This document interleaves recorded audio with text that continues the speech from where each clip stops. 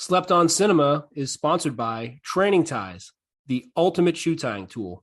If you know someone who's struggling with shoe tying for any reason, Training Ties is the perfect solution. The dopiest weather-related yarn this side of Geostorm. The film never rises to the promise of its awesomely literal title. It's even worse than the worst Sci-Fi Channel original movie. It makes Geostorm look like Citizen Kane. It just blows. So bad it's good, but then also loops back again to being bad again. The problem with the Hurricane Heist is not that it's stupid. The problem is that it's not stupid enough. This one's just blowing through theaters on the way to streaming services.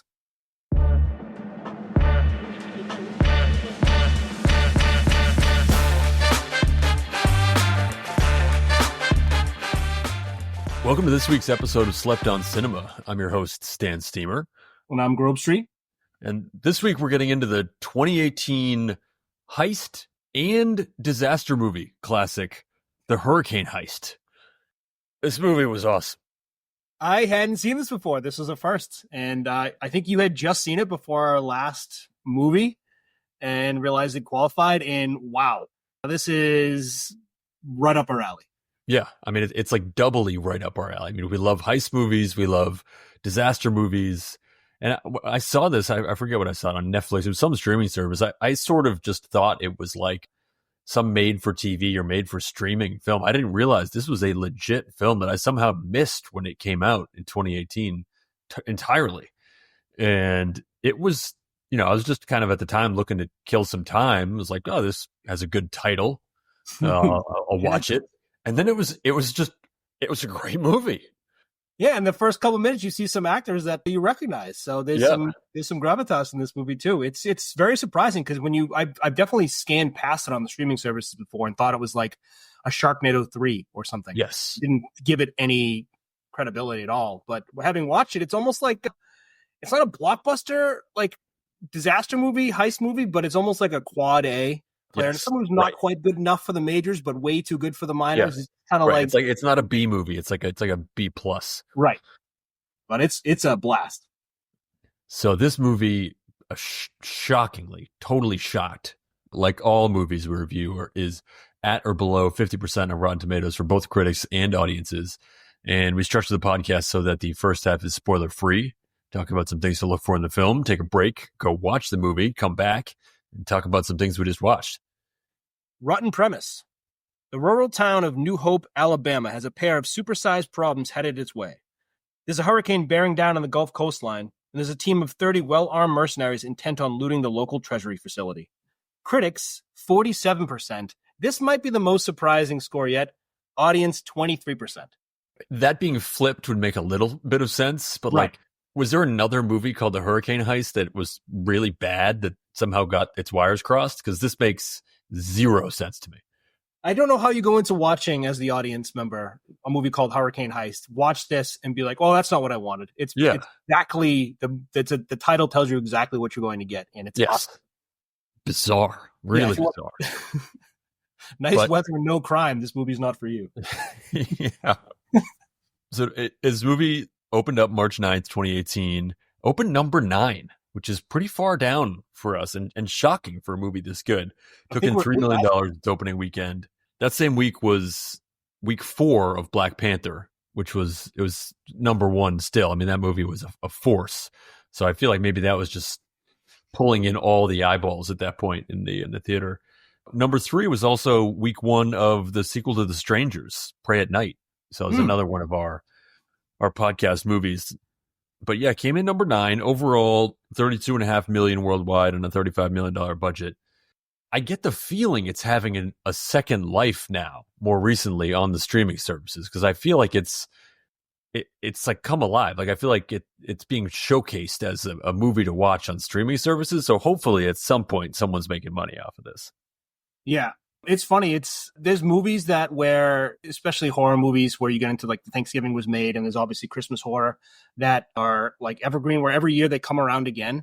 But there's not really a genre for when a hurricane is coming and you just want to watch like a cool action movie when it's that time. It's not like, seasonal, or kind of seasonal because it's, the weather, but it's pretty cool to match what's going on around you. There's not many movies like that where you can sort of like sink into the mood based on what's actually going on in reality.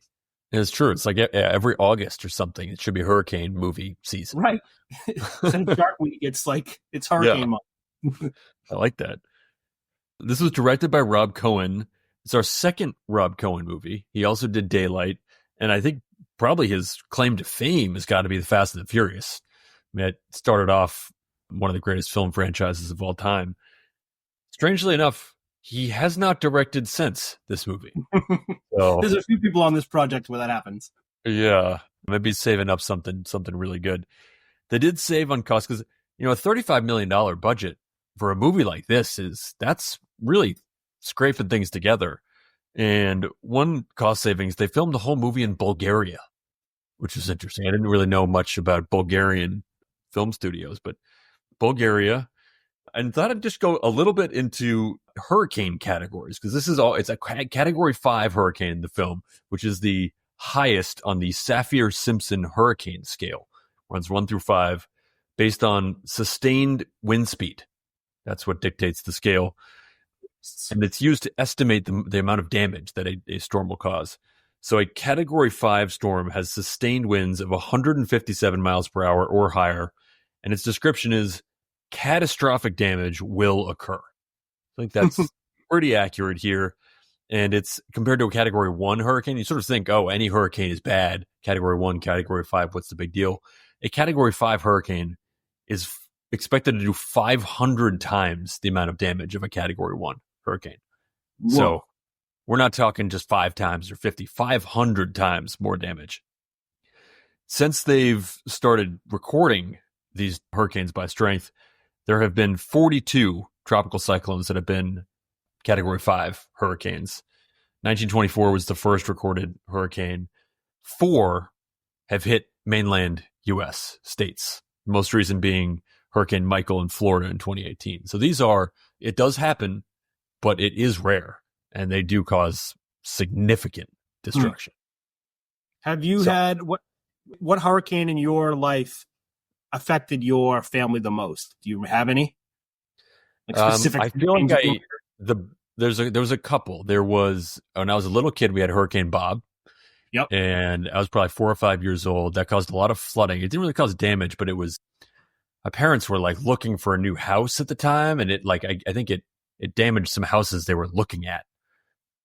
Fortunately, they didn't buy them before the hurricane, but I think it changed what they were looking for in a house. But there was a lot of flooding. I remember like going around town and it just being water everywhere. Yep. And then there was another hurricane when I was in college that swept through, and that was just like, there wasn't class for a few days. I forget what it was, but a hurricane swept through the DC area, and it was just like it turned the entire campus into mud. And it was just like everyone was playing all sorts of like mud games all over the place. And that was it was like classes canceled and replaced with mud games. So that was awesome. Yeah, that's pretty memorable. Bob. I can't remember what that one was called. Bob affected us too. Put a tree through my aunt's house. So they had to it's like a motorhome off the VFW after that. Yeah, these things are no joke, as you'll see in the film. Should we get to BOLO? BOLOs, be on the lookout. Go first here. BOLO, some windy text. Yes. Good use of the font. I don't even know it's not font. It's like text style. It's a top text 5. Animation. Don't miss the beginning of the movie. Enjoy the font and the text animation. Yeah, it is a good and I'm going to go BOLO, a skull. Yes. Multiple skulls? Multiple skulls, yes. Yep. BOLO, practicing football plays under duress. Yep. BOLO, and this is one of your favorites, but a boss who likes to eat. BOLO, heads up, BOLO, a water tank. Yep, had that on the list. BOLO, a tobacco crop. You don't see that often in mainstream current day movies. Good riddance. BOLO, a lefty gunman. I feel like it's always a choice. They have to be very It's always intentional. Yes. Bolo, old money. Nice. Bolo, and this might be the most I've ever heard in a movie, but Bolo chatting about how much ammo is left or how little ammo is left. So we've had Bolo for red dots before, but now it's Bolo for green and red dots. Bolo, food for a week in a drawer. And Bolo, stirring a drink with your finger. Yes. Never, you always like, I'll do it. And then you go and you know, I should have just got a spoon. Now I have to get a paper towel anyway. Yep. Bolo, Omaha. For Peyton Manning fans out there. This is something that I don't think I had ever seen in a film before. So, Bolo, a pee break. That's I'll go too, I guess. Yeah, so really during that pee break, you could go too. If you want to just time it, there's a pee break in the movie. You could probably go then too. Bolo, people getting progressively dirtier. It's an essential part of this type of film. Yep. Bolo, iPads. Bolo hanging from stuff. I like it. Bolo, both darts, but really dart sounds. Amazing dart sounds. Oh, so good. Very effective darts too. Bolo, now I'm not sure if this is really quick. So Bolo, I'm not sure if it's true. Sex while driving? Question mark? Question mark. Definitely question mark. Yes. Okay. Bolo instant coffee. Right, that's something, a relic of my childhood. I feel like my parents were always drinking instant coffee, and I never see that anymore. No. I feel there's a lot more respect for coffee now than there was. Yeah, it was like that's right. Fuel back in the day. Yeah. Bolo taking your vitamins. Bolo, one of my favorites, bolt cutters. Oh, yep. Bolo accurate throws. Yep. Bolo Skippy, not Jiff. Skippy. Which were you? Skippy. Yeah, I could have guessed that. You're a Jiff guy? Yeah. I could have guessed that too. Bolo computers working at the speed of light. Yes. And I'll follow it up with a very sophisticated high-tech shredder. Bolo cars getting tossed in the background.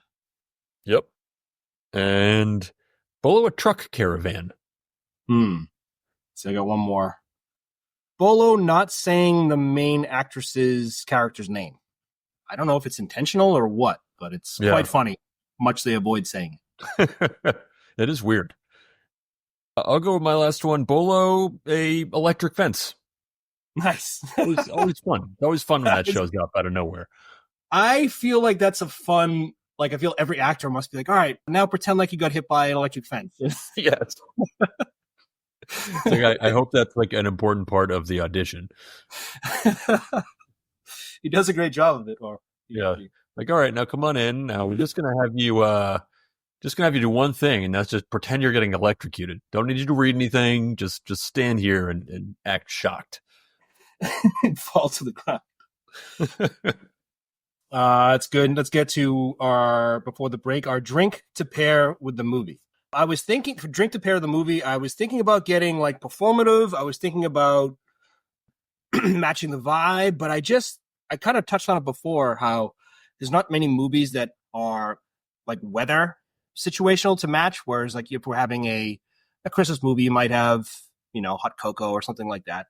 But with this, I think it's just right on the nose and being a little literal, but it's also perfect. I want it dark and stormy while I'm having this. Oh, yeah. I'm going to wait till it's an actual storm. Don't put this on a nice day. It's going to be dark out. It's going to be windy, a little howling. Toss this on, turn off the lights, dark and stormy, maybe a little, if you have a fireplace, get that going, and then just like get the perfect vibe for this heist movie, but dark and stormy. Make it as boozy as you can get it. Yep. I mean, mine's same exact vein here. Just saying, mix yourself up a hurricane. Yeah. I mean, let's not overthink this. Nope. This movie is not for overthinking. Yes. Exactly. Right on whatever's right on the nose for you, go for it. Yep. I like those options a lot. All right, I think we're ready here to get to the movie and enjoy, and we'll see you on the other side. Yeah, enjoy. There's a hurricane coming. I'm all right at babysitting old money. We're on lockdown due to the storm. Come on, man. Oh boy. Turn around now. What the hell was that about? The Treasury's being robbed. Where is she? They need me. I'm the only one with the code. We gotta go get my brother. I need your help. Let's go save the world. Yeah! We're about to be crushed by the biggest storm of the century. Let's load up. This is gonna be harsh. What?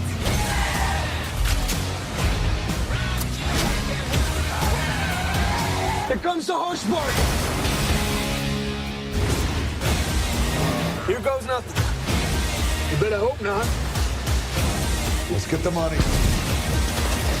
That thing wants to swallow us whole. Hell of a day, ain't it? Hell of a day. Slept on Cinema is brought to you by Training Ties, the ultimate shoe tying tool.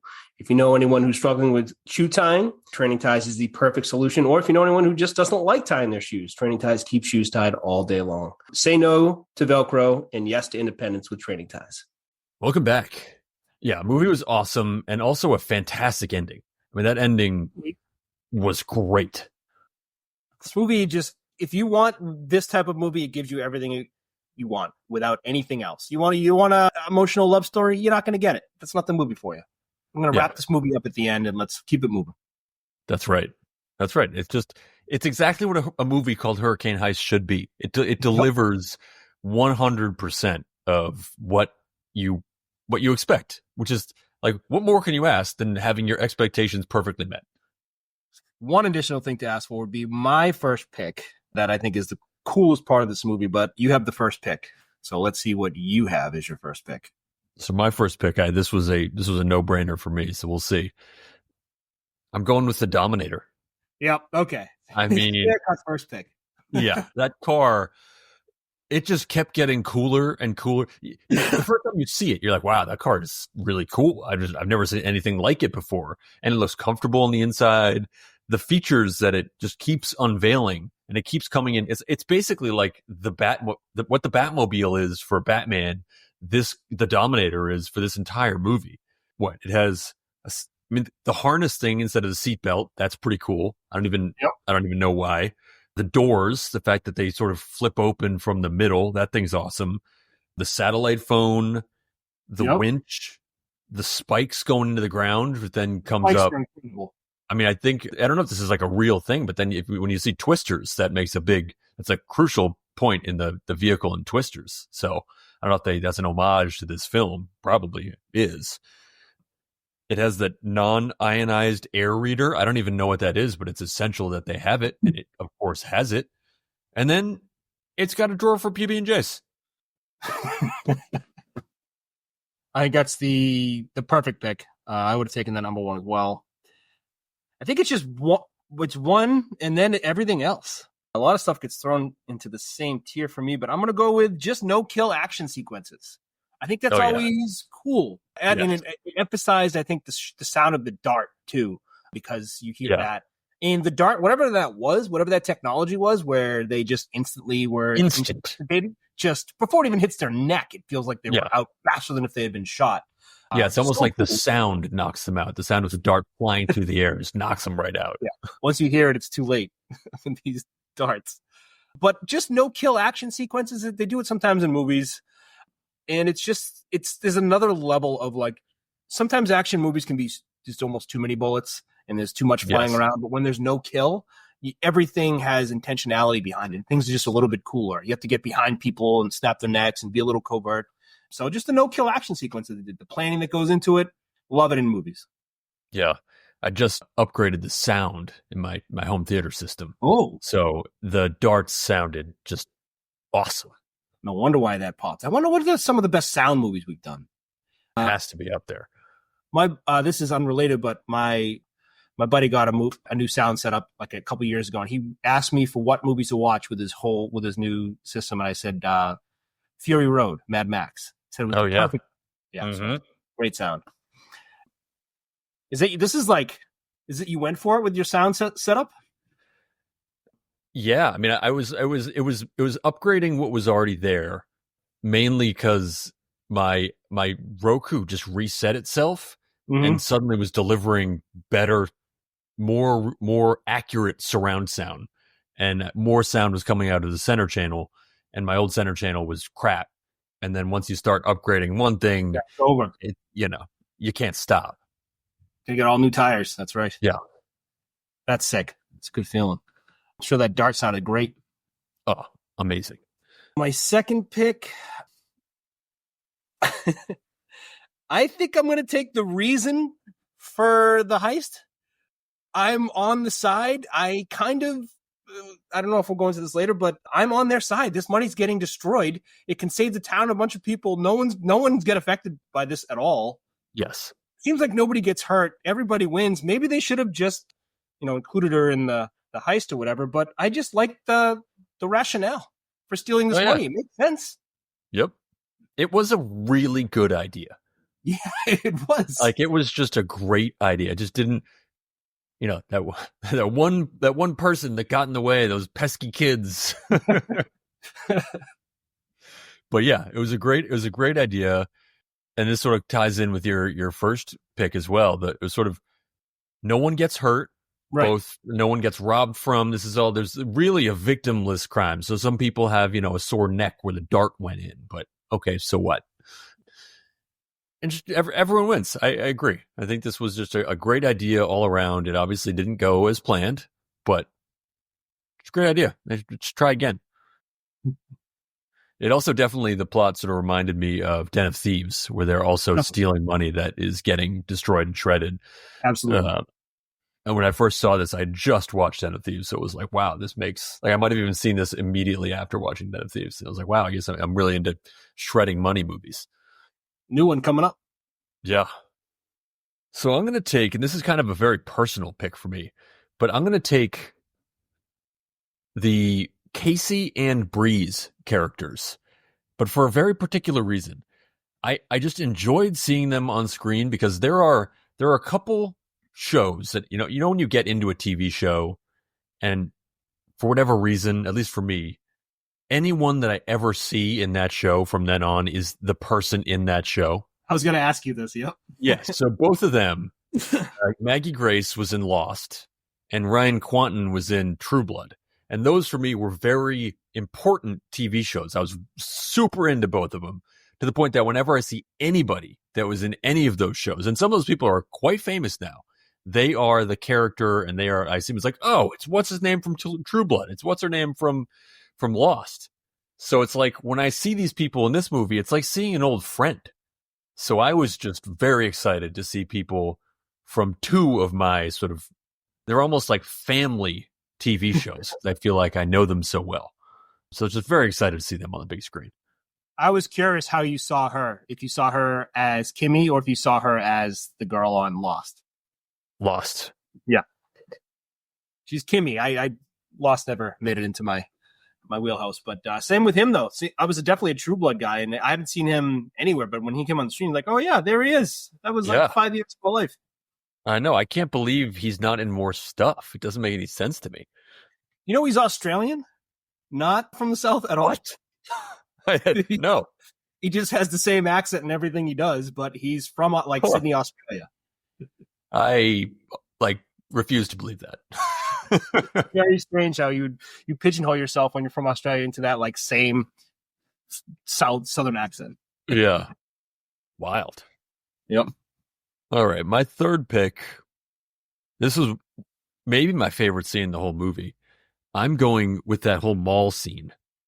That scene in the mall was so cool, and it was so well thought out. You had a really intricate plan, and then you had this awesome special effects, and it reminded me of The Day After Tomorrow. Mm-hmm. Oh yeah, and the opposite, in the mall. The opposite, where they're like, oh no, we're going to fall through this glass thing. Maybe it's a mall, whatever it is. It looks like a mall. Here, go right back up the other way. It looked like And the same mall. It had the same ceiling. yeah, it looked exactly the same. I was like, this is this the same set? Who knows? But it looked exactly the same.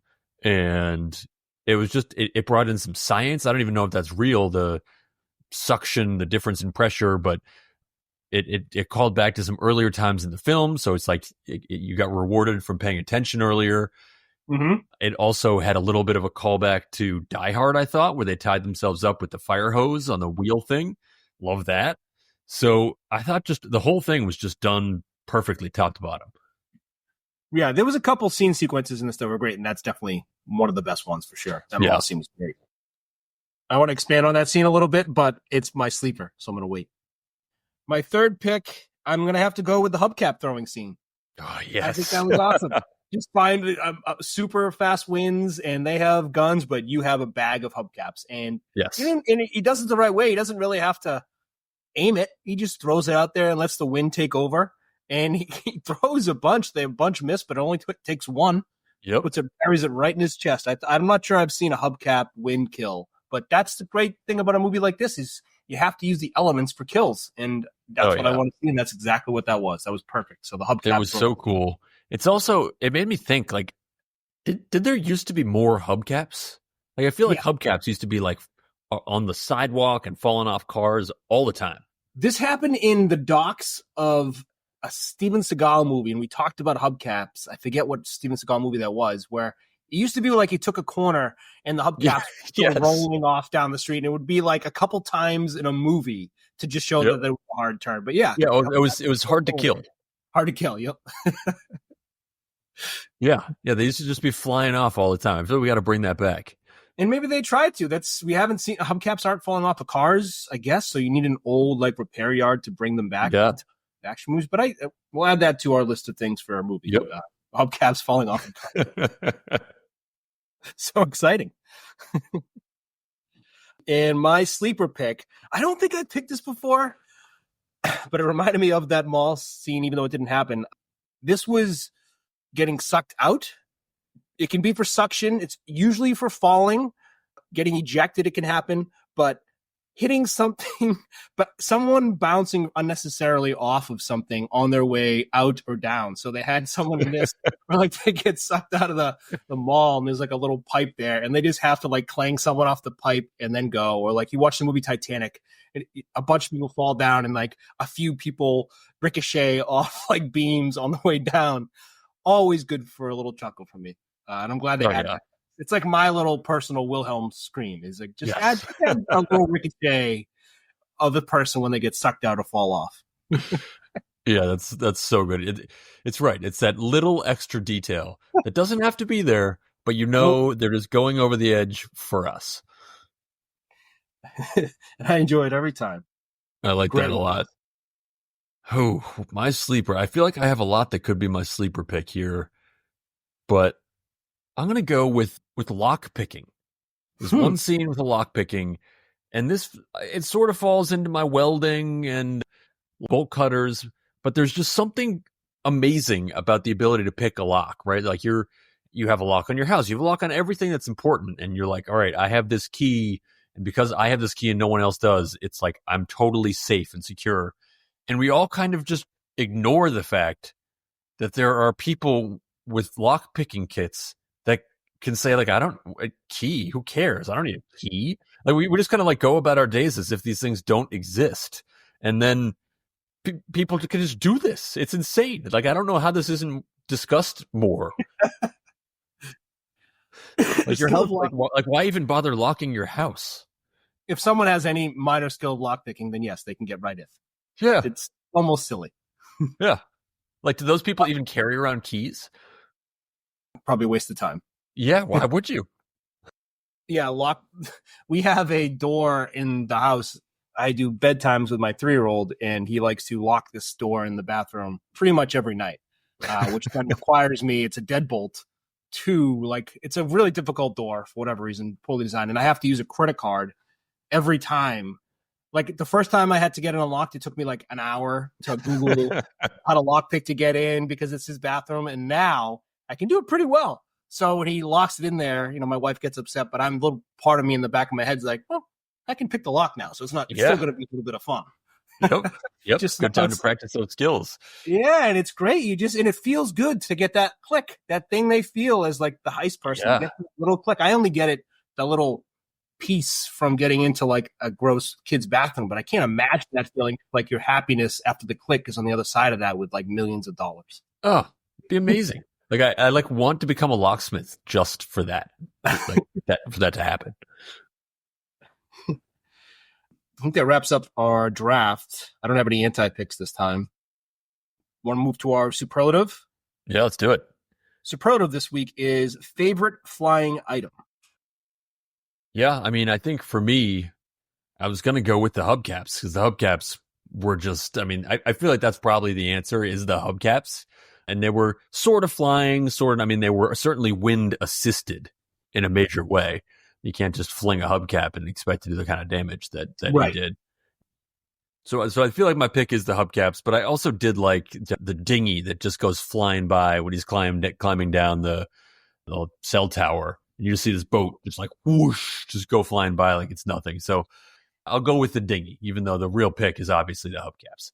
Yeah, the real pick has to be the hubcaps, but I also am going to go with, it's a little bit, I just said it, but just the people getting picked up and thrown. That's just fun. Especially getting sucked up and thrown, but people getting thrown is great. And it happens at, like in this movie, you see like trucks getting thrown all over the place. So you're just waiting for people to get picked up, and it's worth the wait. Bumper sticker. I found this movie. I actually had a bit of trouble with bolos and draft picks, but I had a ton of options for bumper sticker lines. It's like I feel like this movie was written in like that sort of. I had one that I'm like 100% going with, but I had a couple choices to go through. Oh, nice. All right, we'll have you go first then. Mine is, and this one's early, and it ties into one of your draft picks, but I feel like the meaning on your bumper sticker is very different from what the meaning in this film. But I'm going with this time, no one's gonna die.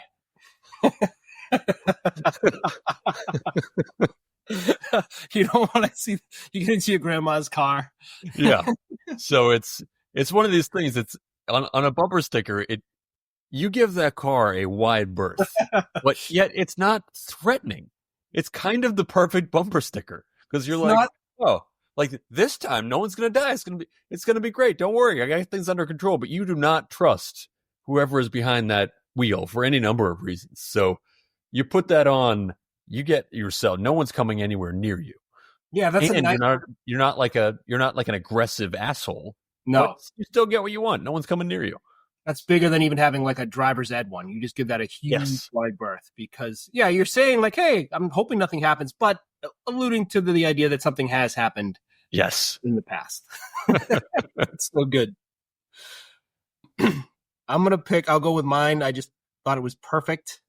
And it is the vibe of a lot of people driving, especially here in Southern California. But do you want me to punch you in the mouth? I just felt that. Like, that's just what you can see in people's eyes when they drive by sometimes. So I like that a lot. It's almost like that's like actually what most bumper stickers are. They say it in some other way, but that's really what they're saying. Do you want me to punch you in the mouth is just it's the meaning of all bumper stickers. Do you have any honorable mentions? Yeah, my probably second place was just my government needs me. And I feel like that, you're speeding somewhere. It's like, oh, my government needs me. I'm sick of waiting for people. I had that one. And get me some Vicodin. I like that as well. Length. I believe this was 103 minutes. Yeah, I mean, I thought this was spot on. I thought it was pretty tight. Not a lot of wasted time here. It was this kind of movie. I thought they nailed it. What you think? Yep. I thought I was going to say too long because it was a little bit over the 90-minute threshold, but I had no problem. It didn't feel like it dragged at all. Yeah. Good with the way. Next one change to be a blockbuster. What one change could this movie make to make it a blockbuster, to come in ahead of Black Panther that week instead of number 9? I mean, nothing you're going to do here is going to. Black Panther was a force. It was like a cultural moment. But to come in number 2, which I think you could have done, I wanted a little bit more on the villains. Oh, Like, I wow. wanted to know a little bit more backstory, just something. Like, I want to know, where did the two computer people, how did they get hooked in? They seem very different from the rest of the folks involved, and it sort of seemed like an odd collection. I just wanted a little bit more there. I don't know, some of the more on the motivations or how they all got hooked up together. Just give me a little bit more on them to get me a little bit more hooked into the film. But Yeah, really, that's really picking nits here, because I think this film all around was pretty good. Yeah, I think I totally agree. It was hard to come up with something until I came up with this one thing, which is kind of like, it might be unfair because it's kind of like the Michael Scott improv approach where you just don't listen to the scene. You're like, how about I bring in a machine gun to this romantic comedy? But I agree with you. I didn't like the villain that much in the whole thing. I couldn't really even get behind not liking him. So the change I'm making is I'm making Nicolas Cage the villain, and I'm adding killing right away. Killing and Nicolas Cage. And now I think we're competing with Black Panther on opening weekend. Yep. Yeah. And if it's Nicolas Cage, we're getting a little bit more meat on that. Oh, yeah. Even if like the meat just comes from his expression. Oh, yeah. He would have been perfect for that role. 2018, we're good to go. Yep. Yeah, the only other thing I was thinking of was the accents. Like, just because the movie's in the South doesn't mean everyone needs to have an accent. And some of these accents were a little rough. I feel like maybe that shook people a little bit out of the reality of the movie. Because of that accent, I went on this rabbit hole of like looking up. I'm like, did they put that accent because this movie's so popular specifically in like that part of the country? Are they trying to like regionalize the movie? Yeah. And I wondered, like, is this what? And then I started going down, like, what state has like what movies that they like? And there's like a list on Reddit, and it's like River runs through it for Montana, and like I was hoping that this would come up for Arkansas, but it did not, or Alabama, whatever it is. Spin up ideas. Yeah, mine's a sort of a generic one, but I want more, and I think you could have made this sort of a series, but I want more heist crossovers with other genre films. Like, why are there not heist horror movies?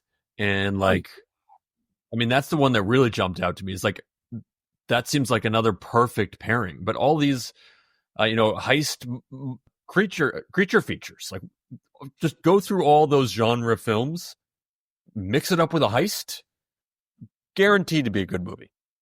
I feel like it's like an ingredient that nobody's using, and we can just go down the line and add heist to all these different genres of movies. Exactly. Like you have alligator heist, Mothra heist, like all these things, and then horror heist. Who knows? You can do so many things.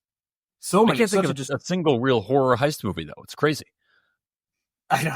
I feel like we might have just started a whole new genre here. I mean, what better distraction there than Jason running around? I could steal a couple million. Yep. That's good. My spinoff is not. I didn't have much. Sometimes I go really in depth, and this one they alluded to a hurricane 25 years before that laid waste to the town. I just wanted to see that hurricane, and also maybe see a heist. Maybe the sheriff pulled off something then 25 years ago, so we can add a little money thing. But just see the town 25 years ago. We did see that. Like, I assume that was the one that killed their dad, right? Yeah. I should have put that together, but yeah, obviously. So we saw a piece of it. We obviously didn't see all of it. We saw a piece of it. Well, let's see the rest of it. Some more water towers. Nice. Our final segment, tying up loose ends, sponsored by Training Ties. Are there any notes we didn't get to? It did seem like retina scans were going to be bigger than they ended up being. I feel like once the iPhone realized that the distance from like your nostril to your earlobe was actually just as good as a retinal scan, I feel like retinal scans they're gone. Like, we're never going to do those again. It's unfortunate. You think the iPhone would be good for retinal scans. Yeah, right. The irony. But yeah, I think ever since Demolition Man, I thought it was really important that like that was the wave of the future. For sure. I thought everything was going to be, you'd be opening your house by like sticking your eyeball in the keyhole. But no, it's your, how wide and bushy your eyebrows are. I was very curious about the amount of money in this. So 600 million was the heist for this. So I was curious on other heist movies, where does that align in like the totem pole of money stolen? So I have It's got to be up ranking. there, right? That's a lot of money. Sorry? It's got to be up there. It's a lot of money. Oh, it's up there. It is a top 5 most money taken in a heist. So we'll go down the list here. Number 1, Die Hard with a Vengeance, $140 billion. That's gold from the New York Federal Reserve. Mm-hmm. Second, Swordfish with $9.5 billion, a cyber heist. I think, does that movie qualify? It does not qualify. Wow. That makes sense. Number 3 is a movie we did. Can you guess a movie we did, a heist movie that qualified $8 billion, electronic heist during the Y2K system reboot? Big Oh, Q. yeah. It's got to be Entrapment. Entrapment. $8 Nice. billion, and then this comes in next. $8 billion, and then this at $600 million. Wow, that's amazing. We've gotten to 2 top 5 heist movies. Yep. That's right. It would have been nice if Swordfish. We'll just be like, by amount of money in parentheses. Right. Very, very small. After that is Ocean's 11 with $160 million at 5. And then we've got movies like Fast 5, Now You See Me, The Italian Job, The Town, and Heat. Heat, only $1.6 million. Seemed like a lot back then. Yeah. Well, our movie will just make it like 10 billion. So we just get to be number 1. We're like number 1 heist movie of all time by size. By size. Let's see. Naming one kid Breeze, and you end up dying. If you name your kid Breeze and you end up dying from a hurricane, come on. Yeah. What's going on? Yeah, that's a tough one. It is a tough one. I thought the giant wave in that greenhouse scene reminded me, this is really a throwback to the early podcast, but it reminded me of the deleted scene, the deleted alternate ending from Snake Eyes. Wow, deep cut. It almost had that alternate ending where a giant wave from a hurricane, so this is our second hurricane movie, would have wiped out Gary Sinise right at the end, but they cut it out of the movie. But it was very, very similar, where there's sort of a standoff, and then all of a sudden just a giant wave comes through and breaks everything up. I forgot about that. That was incredible. What a deleted scene. We talked about Skippy and Jif, but what are your thoughts on strawberry and a peanut butter and jelly? No, I thought strawberry was like, I don't know. I just thought it was just grape Welch's. Yes, grape jelly. right. That's all you use. Yes, I don't know. Maybe it's a southern thing, but it's like anything other than grape. I'm like, that's for when you've run out of grape jelly. Yeah, that's all. Grandmas would have that tucked in the back or something. Yeah. But like, no real people are using strawberry jelly. No. Did you need to get the truck back on the road? Where are you going, Dad? Also. Yeah. Right. Yeah. Yeah. I thought Hurricane Heist was a name for, since I was at a G League game recently and we talked about Quad A. I thought Hurricane Heist would be a good name for a minor league basketball team. Oh yeah. I like that. Yeah, I'm going to see the Hurricane Heist tonight. I hear they're good this year. Yeah, that might have been it. I think that's it for me. All right, that was awesome. Yeah, that movie was great. And what do we have next? I think we have a pretty famous movie next. Yeah. We're doing Showgirls next, I believe. Yeah, we got Showgirls lined up. Very excited for this one. Hopefully we are having a special guest. We're working on lining that up now. But very excited for this film. I haven't seen this in forever. I believe I've already read his book and seen this in the last year, and not surprising for our fans, but the movie's actually really, really good, despite what you hear. Yeah. Yeah. So, looking forward to that. Can't wait to do it. All right, this is awesome. See you next time. Yeah, later. Later.